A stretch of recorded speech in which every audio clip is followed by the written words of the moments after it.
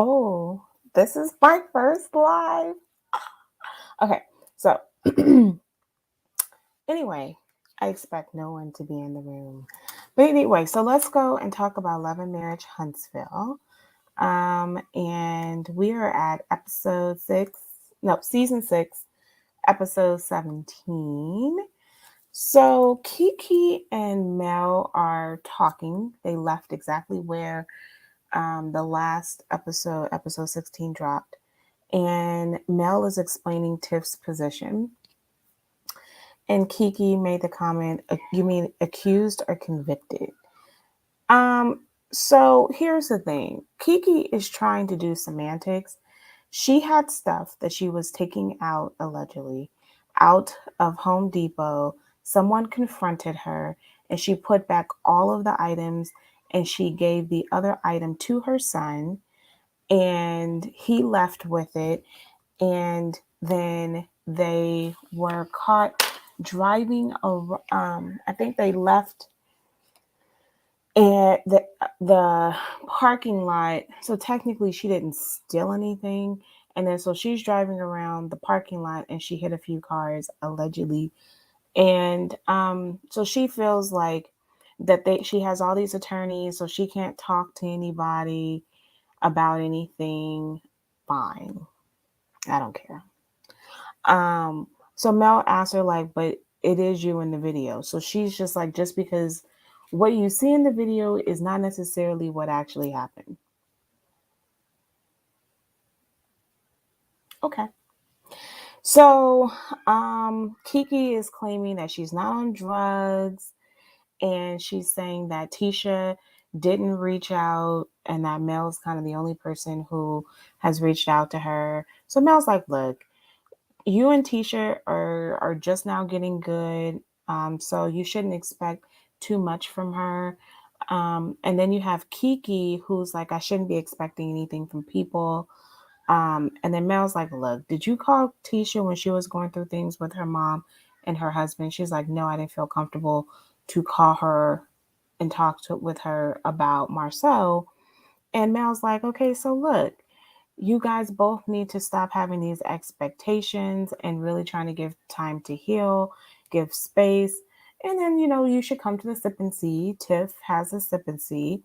And, if you do decide to come, just be ready to answer questions. Here, the preview for next week shows that she clearly didn't go to the sip and see. And the thing that bothers me about Kiki, because I'm not saying that, I'm 100% on Kiki's side here, or, first of all, I originally, when I started watching this show, I didn't particularly care for anybody. I think Kimmy's the only one that I particularly cared for. I didn't really like Tisha because I thought that she was needy and whiny. And I'm not a big fan of needy and whiny people. I wasn't that much of a particularly fan of Mel. So it's only because of the things that have happened with Mel that made me more um, sympathetic. And I began to like Mel because I'm also a really hard worker. So I admire people who work hard, women who work hard. So I'm really enjoying that aspect of Mel. And then a Mel who is willing to bounce back. I do think that she does try to help people in her own way that she can. And I also handle my friendships similarly. Like if things become overwhelming, then I'm going to be a bit of a recluse. So I am all in. So I get Mel for sure. And the more that you get to know Tisha, the more I'm not a big fan of hers. Like I said, whiny, whatever. And she seemed to delight in Mel's pain. So with that, Kiki, I take everything that Tisha says with a grain of salt. So when she continues to say the problem that she has with Kiki is that she makes promises, she says she's going to do something, and she flakes. And so we're beginning to see, as a person who's watching the show, how many times she commits to something and she flakes. She is absolutely a person who does this. So you're kind of like, and so she, it makes it hard to be on Kiki's side here or to be sympathetic completely because you have to take her for what she is. She's not a person who can be reliable to anybody. There's that. And she claims she's not on drugs. I don't believe it. And there's that too. So Marceau and Tisha, they're remodeling this place. I think this whole scene was staged. I think the whole scene was bull. And no one, I think, can convince me otherwise. The whole entire scene was some bullish. So they're remodeling the place. Marceau was in litigation, so he had a deposition. She's asking him, how did the deposition go? As if the deposition happened yesterday, why must you ask him this on camera? Clearly, you want to bring to the forefront and address the rumors that you are being sued for $5.8 something million. Okay. And then Tisha is asking, what is the furniture budget? And he's like, we can have a rent to own.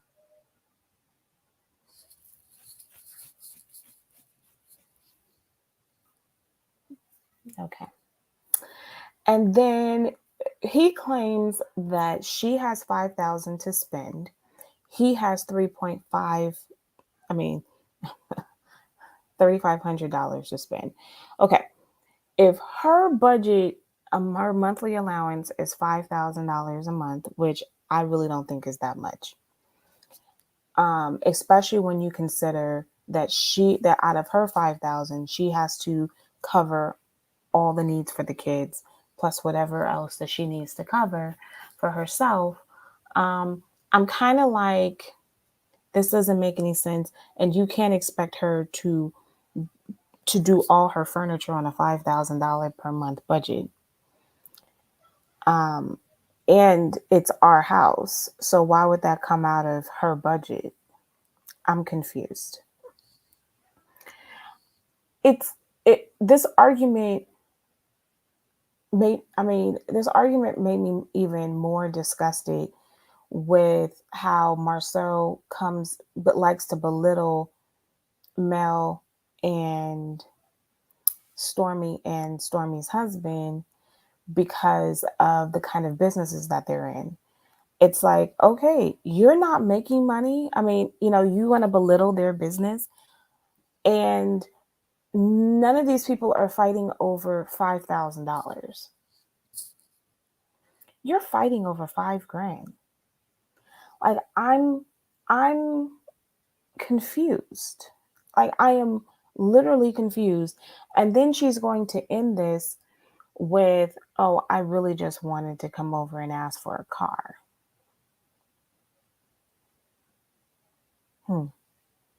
And he's okay with you getting a car. So he is willing to get you a car, but not a couch. Okay. I don't think we stupid. This was so staged, and it just angered me so much. Anyway, I moved on. Stormy and Tiffany are going to help plan the Baby Ace reveal. It's a Tiffany and Company. They go over the invite list. She's like, is it okay for they talk about Tisha. Tisha isn't really, it's funny. Tiffany doesn't have a problem with Tisha, but Tisha seems to have a problem with Tiffany.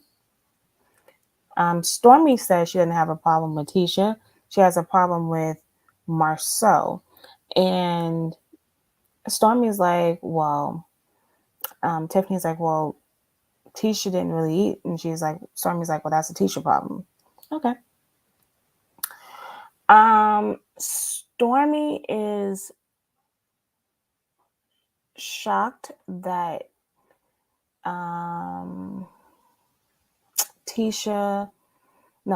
that Tiffany invited Kiki, because Tiffany and Kiki has never gotten along. I think that's legit. But Tiffany's like, I don't really want anything to do with the mess. but Mel was trying to encourage her to see Kiki in another way, and she's accepting that. Stormy said that she's happy that Mel is doing that for her.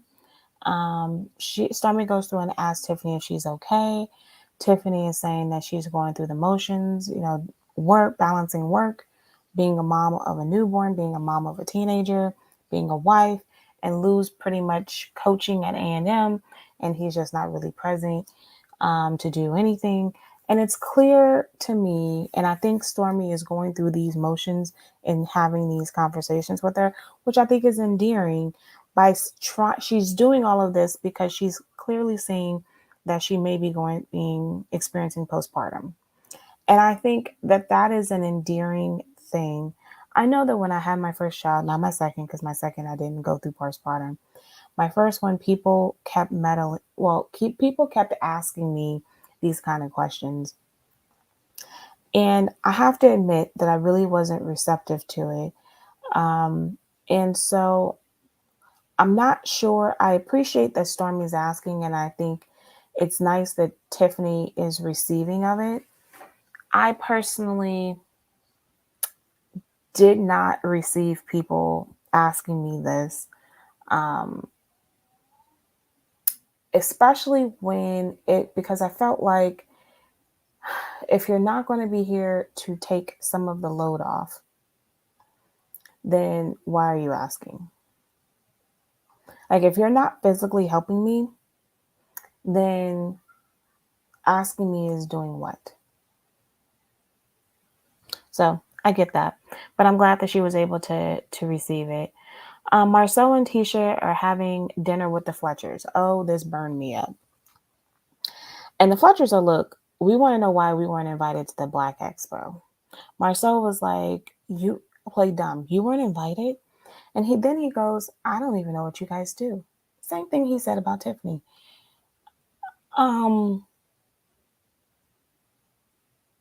How do you not know what they do? He's like, well, I know that you're a broker. And then when she said, I just know that Fletcher makes a lot of money and and Nell is your pretty wife. Wow. That's what you think of her? And then Tisha's like, wait a second, she has a daycare. And so, Nell's really upset. And then he moves and say, well, you guys were friends with the Holts and we're not really cool. And they're like, and then the Fletchers are like, well, you really are probably talking about Mel because y'all are cool with Martell. Now, wait a second. How can you go here and say that it's about Mel when y'all invited her and wanted her to participate? See, you want to use her because she has more visibility than y'all. And then clearly they had a coming to Jesus moment because they were trying to ice out Mel last year. And then you're trying to be inclusive to Mel. Mel's like, run me a check. You turn around and say, I don't have to run her a check. Right. You're actually saying that I don't have to run her a check.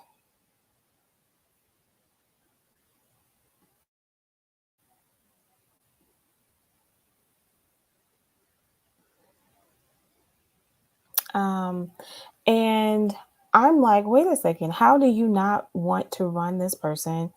And then actually physically ask her that, then you have the audacity to be like, well, if I'm going to pay anybody, then you're going to have to give me evidence that you actually do something. And then I mean, they're like, look, you can't go around disrespecting the Holts and their contribution. And he's like, well, where is it now? Then Marcel is all like, well, we're not paying someone to talk about t-shirts. And Fletcher's like, look, they sell more than just t-shirts. And how shade is this? Because t-shirts selling t-shirts, mugs, hair care products with taking off somebody else's label and putting her label on top of somebody else's hair care products. Is that legal? I don't know if that's legal. Um, So the audacity for you to shade some people, and then you're going to, um, you know, uh, the Fletchers are really nice as a whole because they're true. They're the one group that's the genuine. They gonna tell it like it is. They looking at all of them like we're gonna tell you exactly how we feel about all of this. And then Tisha is like, so have you dealt with infidelity? You know, in God's green earth, because you've seen the other seasons, that the Fletchers have absolutely dealt with infidelity because he cheated on Nell. You know this. And so then Marceau stops the conversation and Tisha begins to apologize and says she didn't mean it to be offensive. Okay. I don't get where Tisha's mind is. Maybe they tried to rationalize this and said they don't think that it was shade. They think it was just reaching out for a friend. I don't know. It feels like season one when Mel was sitting around the table and had started a conversation with everybody about cheating. That's what it felt like. Kimmy, okay, so now we're all at this Tiffany's brunch or the sip and see, in which nothing is put together. And Kimmy thought that Tisha and Stormy talked. They haven't. Stormy's like, she thinks we're good. I just had questions. Here we go. And it comes to be Nell and Mel, they greet each other, etc. Tiffany thinks that Tisha's cool. Mel said hello to Stormy. Stormy didn't want to say hi back, whatever. This is when Mel discovers that Stormy and Stormy and Maurice got into it at the expo, right, for $100. And then this is also when we get Kimmy that tells everybody that when she met at the brunch before, that she didn't know that they paid $100, but come to find out, Maurice did pay $100. But that all the vendors didn't pay $100. Tiffany cuts this off because it's about to get real messy. And here we are. Nell and Mel go off to each other and talk, and they talk about the dinner with the Scotts. And she's like, look, I just wanted to talk to clear the air about the Black Expo. And so Mel's like, oh, did you get everything clear? And it's like, no, everything's not clear. Because then she's like, it seems that Tisha doesn't really know how to be friends simply um, because of Nell's relationship with Mel. So because Nell and Mel are friends, Tisha doesn't know how to move forward. And so she's like, I'm not in high school. This is not college. We can all execute and everything. However, I agree with her on this, but I think the issue is that if you are going to be friends with Tisha, will you carry everything that Tisha says back to Mel? That's her concern, because exactly what took place in that conversation with them Tisha wasn't necessarily saying anything to shade Mel, but Marceau was, and Tisha said nothing when Tisha's doing the same exact thing. And the Fletchers were like, you talking about Mel selling t-shirts? You got t-shirts with black on it. So what's the difference?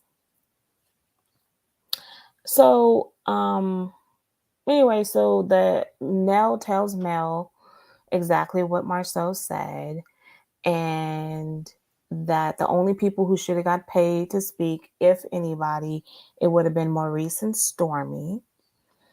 And she goes off. Why are you worried about my coins?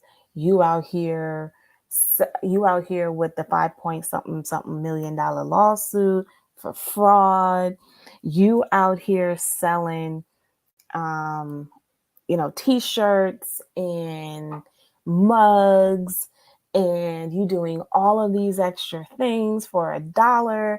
And now you're all of a sudden going to have a problem with me. What is your problem with women? You always want to say something bad about how women are making their money. She's like, I've been in business since 2008 on my own, clearly with the Holt, clearly when the Holts were partnered with the Scotts.